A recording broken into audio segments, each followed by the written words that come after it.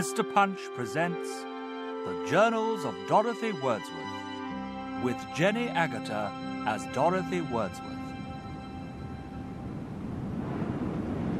Windy Brow, April the 21st, 1794.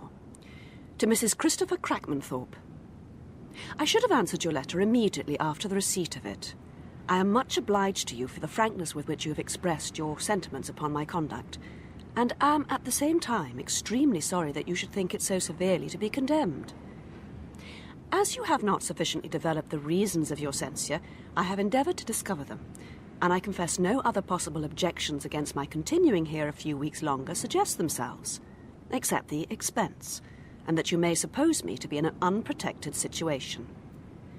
As to the former of these objections, I reply that I drink no tea, that my supper and breakfast are of bread and milk, and my dinner chiefly of potatoes, from choice.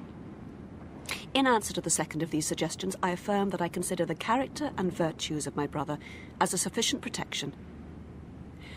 I cannot pass unnoticed that part of your letter in which you speak of my rambling about the country on foot. So far from considering this as a matter of condemnation, I rather thought it would have given my friends pleasure to hear that I had courage to make use of the strength with which nature has endowed me, when it not only procured me infinitely more pleasure than I should have received from sitting in a post-chaise, but was also the means of saving me 30 shillings. In mentioning the inducements which I have to stay at Windy Brow a few weeks longer, it will be unnecessary to speak of the beauty of the country or the pleasantness of the season. To these are added the society of several of my brother's friends, from whom I have received the most friendly attentions, and above all, the society of my brother. I am now 22 years of age, and such have been the circumstances of my life that I may be said to have enjoyed his company only for a very few months. An opportunity now presents itself of obtaining this satisfaction, an opportunity which I could not see pass from me without unspeakable pain. Besides, I not only derive much pleasure, but much improvement from my brother's society.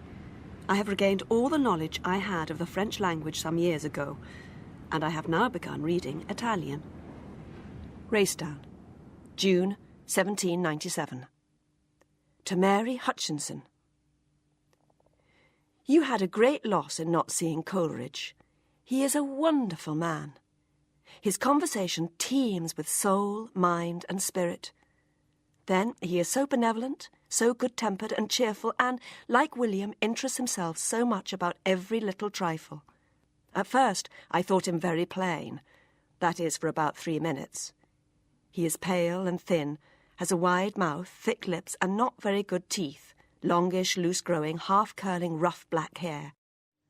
But if you hear him speak for 5 minutes, you think no more of them. His eye is large and full, not dark, but grey. Such an eye as would receive from a heavy soul the dullest expression.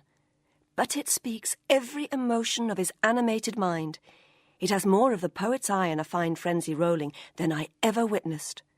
He has fine dark eyebrows and an overhanging forehead. The first thing that was read after he came was William's new poem, The Ruined Cottage, with which he was much delighted. Alfoxden, near Netherstowey, Somersetshire, August the 14th, 1797. Here we are, in a large mansion, in a large park, with 70 head of deer around us. We spent a fortnight at Coleridge's. In the course of that time, we heard that this house was to let, applied for it and took it. Our principal inducement was Coleridge's society. It was a month yesterday since we came to Alfoxden. The house is a large mansion, with furniture enough for a dozen families like ours. There is a very excellent garden, well stocked with vegetables and fruit.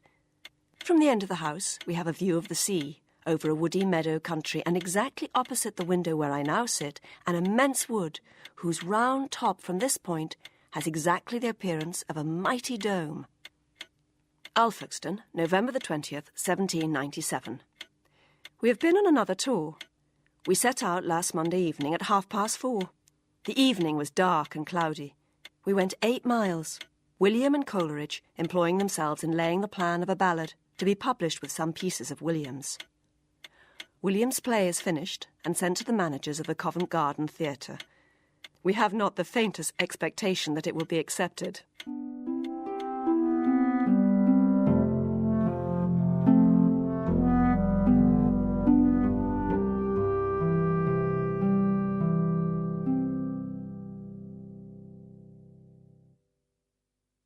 From the journal written at Alfoxden in 1798. January the 20th, 1798. The green paths down the hillsides are channels for streams.